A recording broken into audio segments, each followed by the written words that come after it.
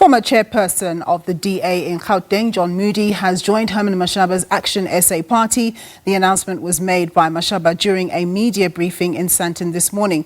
Moodey left the DA a month ago, saying he needed to venture into another avenue after decades of being a DA leader in the Gauteng province.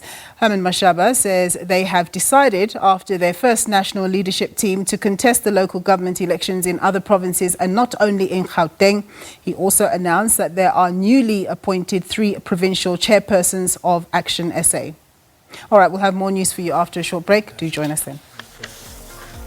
Oh, no, we are now going to cross to my colleague, Natasha Piri, who has been at the briefing and find out more from her. Thanks very much, Natasha, for joining us. So tell us, who are the other provincial chairs or heads that have been announced?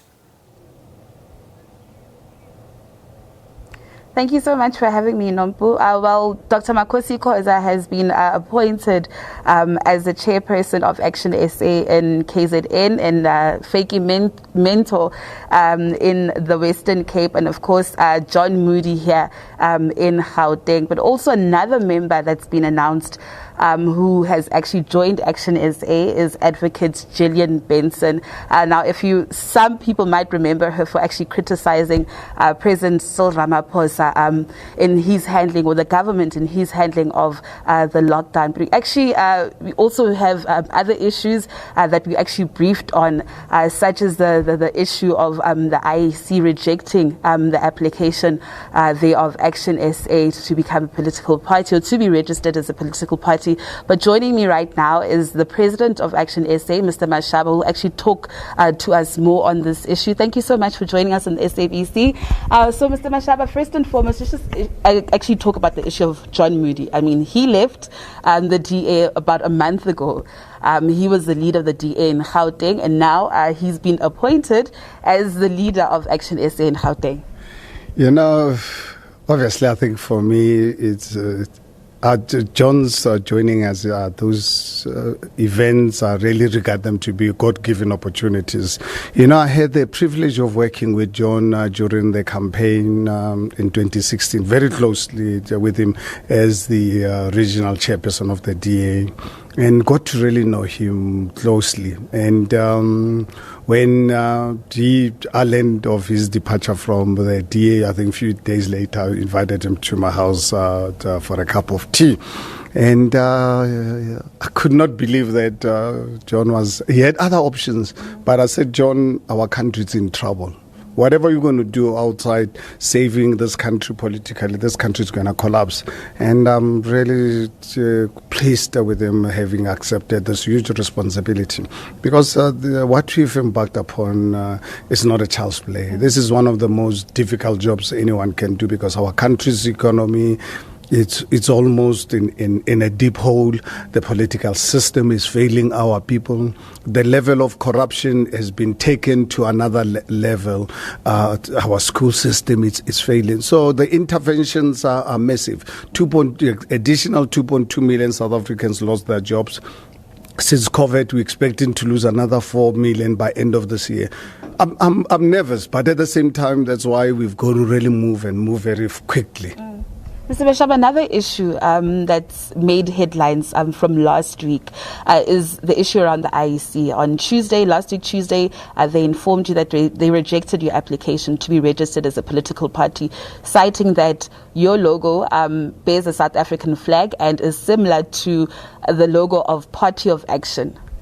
Well, I think this for me was one of the most bizarre kind of query that any normal human being would have received. We actually received the letter from them on Monday late afternoon, and I decided to issue to inform South Africans about this, because it's not a matter to really be hidden. Because of transparency and integrity, I issued a press statement that IEC has taken a decision. Just so send us a cold letter that they're rejecting, citing one of the issues being our identity resembling a party called the POA. And fortunate enough, we have really done our work. Also reciting the Heraldry Act of 1962 as the reason. But when we started, obviously, the media contacting us, and we said, but this matter does not fall within the ambit of the IEC. We are surprised through SABC interview where IEC is now already changing their tune, that that is not the issue. Now, we don't know what issues they've got, but we've got it in their letter, which we've posted on our social media platforms. We've already also posted on our Facebook so that South Africans can see, taking all the political parties into consideration. ActionSA's logo and this particular part they are talking about, we miles apart from looking like each other. So, in fact, they're closer to other parties than us. So we don't understand if they have problems with us, if they should not have registered this party when they registered, because the other parties that are... So, in essence, are you suspecting the IEC or the Commission of foul play? I don't know. Let them explain to South Africans. We have already demonstrated. We are demonstrating to South Africans that what they are accusing us of, it does not really hold any water. So we then have to ask them. That's why our legal team wrote to them last week 2 letters, and we've given them 7 days now to tell us what are the issues that you rejected our applications on, because we've got 30 days to appeal.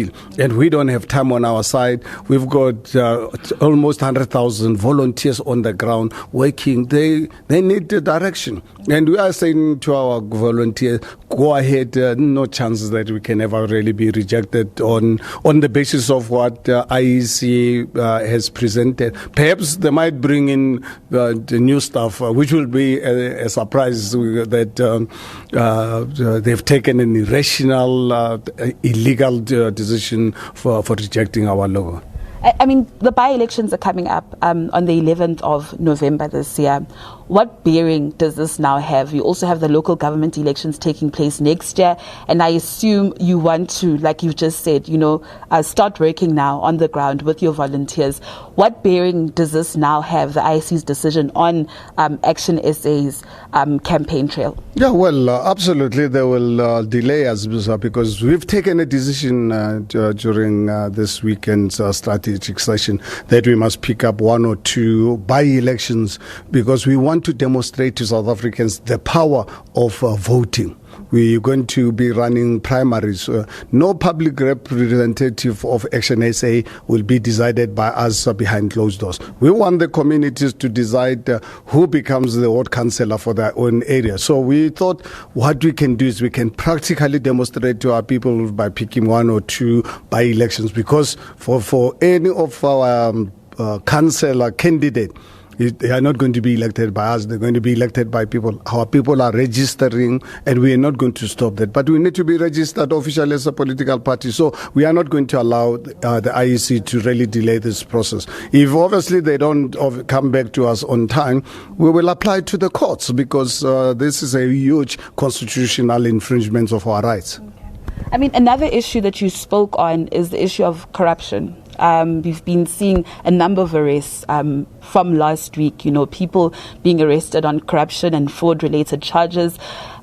With the introduction of Dr. Makosi Khoza and the likes of Feki Mentor, the likes of Advocate Gillian Benson, how will they actually help this fight against corruption within ActionSA? Well, I'm sure South Africans are aware how these brave women really suffered.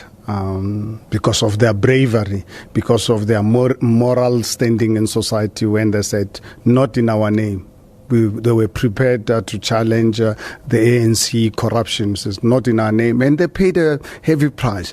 I can tell you, I also feel really privileged and blessed to be working with them. Now with Advocate Benson, who will also give us access to other legal fraternity. We are going to ensure that no one infringes on the rights of South Africans any longer. So any case where government decides they can arbitrarily decide on the future of our country, like they did during the COVID-19, where they were taking laws which were arbitrary.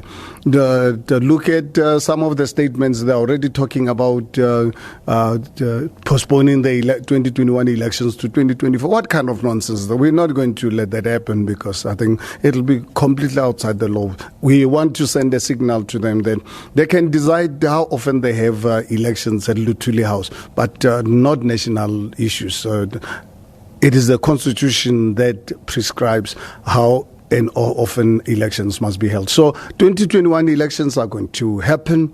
We are busy recruiting and conscientizing South Africans, because we're going to look for volunteers to make sure that every station is manned by professional, committed South Africans.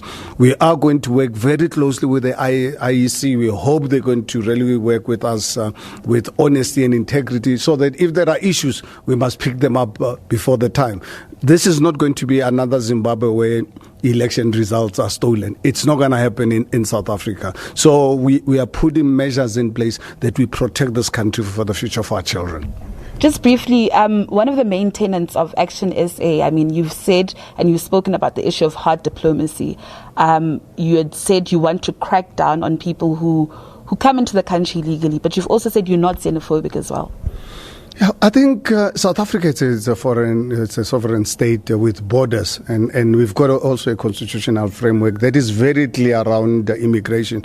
One thing that people must understand: South Africa was built at the back of the migrants, and I can tell you, no country can ever make it without inviting international community to come into their country. But the Constitution is very clear. Please come into our country, but come here legally. And when you are here, please respect our laws. For whatever reason you were running away from a despot or whatever, as I said during my presentation, what is failing South Africa are not of undocumented or illegal foreigners. This illegality is happening because people are taking advantage of our government, abdicating their responsibility to ensure that people are documented, those who qualify, and those who don't qualify. The Constitution is clear that you must send them back, like any other country in the world. In fact, South Africa, we're the only country on earth where we are saying we must allow the criminality to happen, because to come into South Africa illegally, it's a criminal act by any standards anywhere in the world. And that's really what we're calling upon.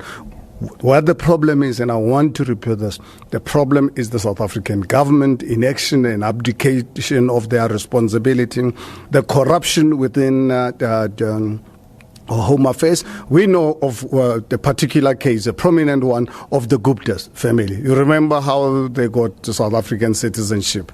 I mean, how do we allow this? And when you raise it, people call you xenophobic. I mean, it's actually people just trying to silence us. Okay. Thank you so much for your time. We could go on and on about these issues, but unfortunately we've run out of time.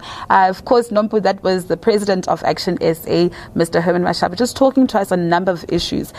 For those who probably just joined us now, if you don't know now, you know that John Moodey has joined ActionSA, and he's been announced as the chairperson of ActionSA here in Gauteng. With that said, it's back to you in studio.